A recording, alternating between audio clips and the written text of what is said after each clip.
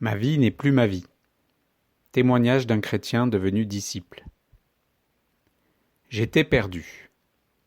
J'étais pourtant un fervent chrétien engagé dans divers mouvements, serviteur et responsable dans plusieurs communautés religieuses. Tout cela a été échangé pour une seule chose. Ma vie dans les mains d'un autre. Celui qui s'attache à sa propre vie la perdra, mais celui qui fait peu de cas de sa vie en ce monde la gardera pour la vie éternelle. Jean 12, 25. On peut vivre toute sa vie en ayant l'impression de pouvoir la contrôler. C'était mon cas. J'étais certain de mes dons et de ma détermination à accomplir des choses pour Jésus. Alors je me suis lancé dans bien des ministères, comme on dit. Un tempérament de leader et un certain talent pour la musique ont vite fait de moi un leader de louange apprécié, reconnu et parfois critiqué, ce qui n'a fait qu'enfler mon orgueil. J'étais persuadé d'avoir un appel. C'est ce qu'on dit des personnes qui doivent devenir des influenceurs dans leur milieu religieux. Et puis un jour, ma vie religieuse s'écroule. L'équipe du ministère que j'ai fondé et dirigé, avec énergie et beaucoup de consécration, se détourne de moi et me met sur la touche. Certains de mes meilleurs amis, avec qui nous avons partagé tant de bons moments, me tournent soudain le dos. Les accusations fusent. Elles sont parfois vraies, parfois fausses. J'enrage. Je suis brisé. Puis, ma vie professionnelle se met à vaciller à son tour. Le business bien portant ne fonctionne plus. Les clients s'en vont les uns après les autres. Finalement, la santé s'en mêle. Un problème. Une lourde opération. Ma vie est en jeu. Une sombre vallée à traverser. Seul. Ou pas. Fais-moi confiance. Cette vallée, nous allons la traverser ensemble, me dit le Seigneur. Alors que faire quand cette douce voix résonne et qu'on est au bout de soi-même? Que nos dons ne valent plus rien. Que la plupart de vos amis ne sont plus là. S'abandonner. Ne plus lutter. Seigneur, je suis dans l'impasse.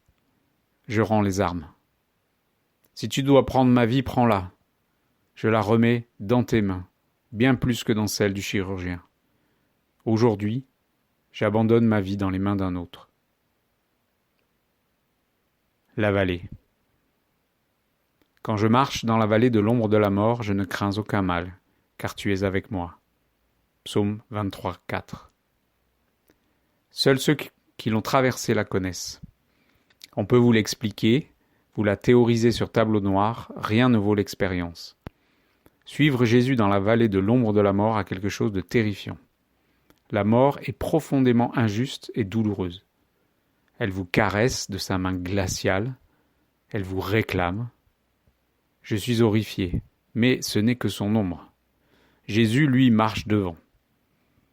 Il est là, semble-t-il, alors je m'accroche à lui, non pas comme un grand adorateur, mais comme un naufragé à une bouée au milieu d'un océan bousculé par les vagues, dans l'obscurité et la pluie fouettant mon visage.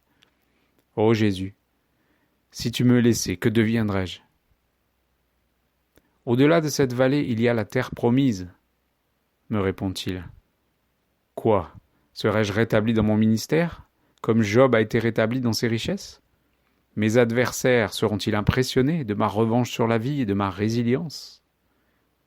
Là, au milieu des larmes, sans pouvoir bouger, paralysé de faiblesse, je découvre que je suis aimé. Je n'ai rien à offrir, je ne peux rien accomplir, et pourtant il m'aime sans condition. Ma richesse n'est pas un acte pieux, ma richesse est dans l'amour qu'il me porte. La terre promise. Je regarde toute chose comme une perte, à cause de l'excellence de la connaissance de Jésus-Christ mon Seigneur, pour lequel j'ai renoncé à tout, et je les regarde comme de la boue afin de gagner Christ, et d'être trouvé en lui, afin de connaître Christ, et la puissance de sa résurrection, et la communion de ses souffrances, en devenant conforme à lui dans sa mort. Philippiens 3, 8 à 10. Cette souffrance dure longtemps. Pourtant, Elle ne dure qu'un temps. C'est alors qu'une lumière paraît. Il apparaît. Il se révèle à moi. Je suis la terre promise, me dit-il. Ô Jésus, enfin je comprends. Enfin mes yeux s'ouvrent. Je te contemple là sur mon lit d'hôpital. Qui suis-je pour que ta présence se manifeste à la plus brisée et insignifiante de tes créatures?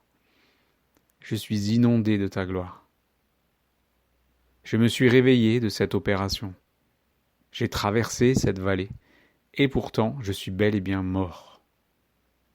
L'homme qui sort de la vallée n'est plus celui qui y est entré. Je suis né de nouveau. J'ai vécu mon chemin de Damas, mon buisson ardent, ma croix. Plus rien ne sera comme avant. Je sais au plus profond de mon âme que Jésus est la vie. Lui, sa personne même. Aucune religion ne peut me le donner ou me l'enlever.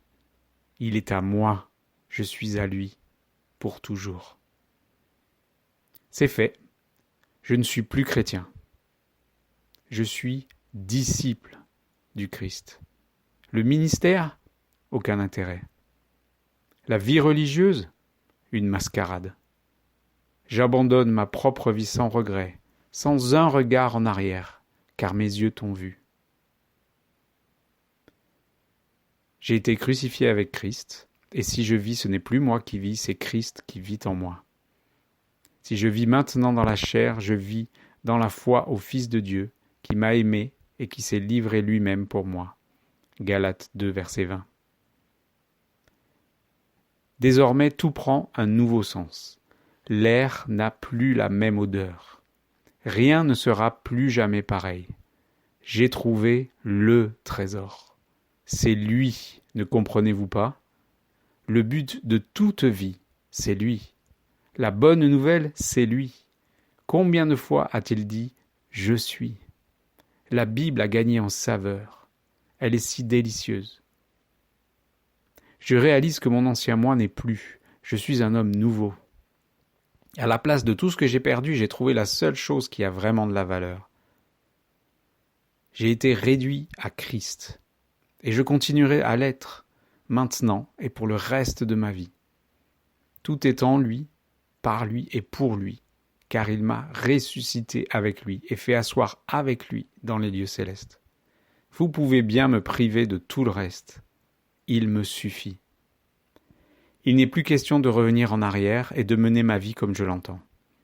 Mon appel est d'être l'homme d'une seule chose. Alors je l'écouterai et je ferai exactement ce qu'il me dit, quel qu'en soit le prix à payer. C'est lui ou rien. Je mise tout sur le Fils de Dieu. Je n'ai pas de plan B. Ma vie n'est plus ma vie.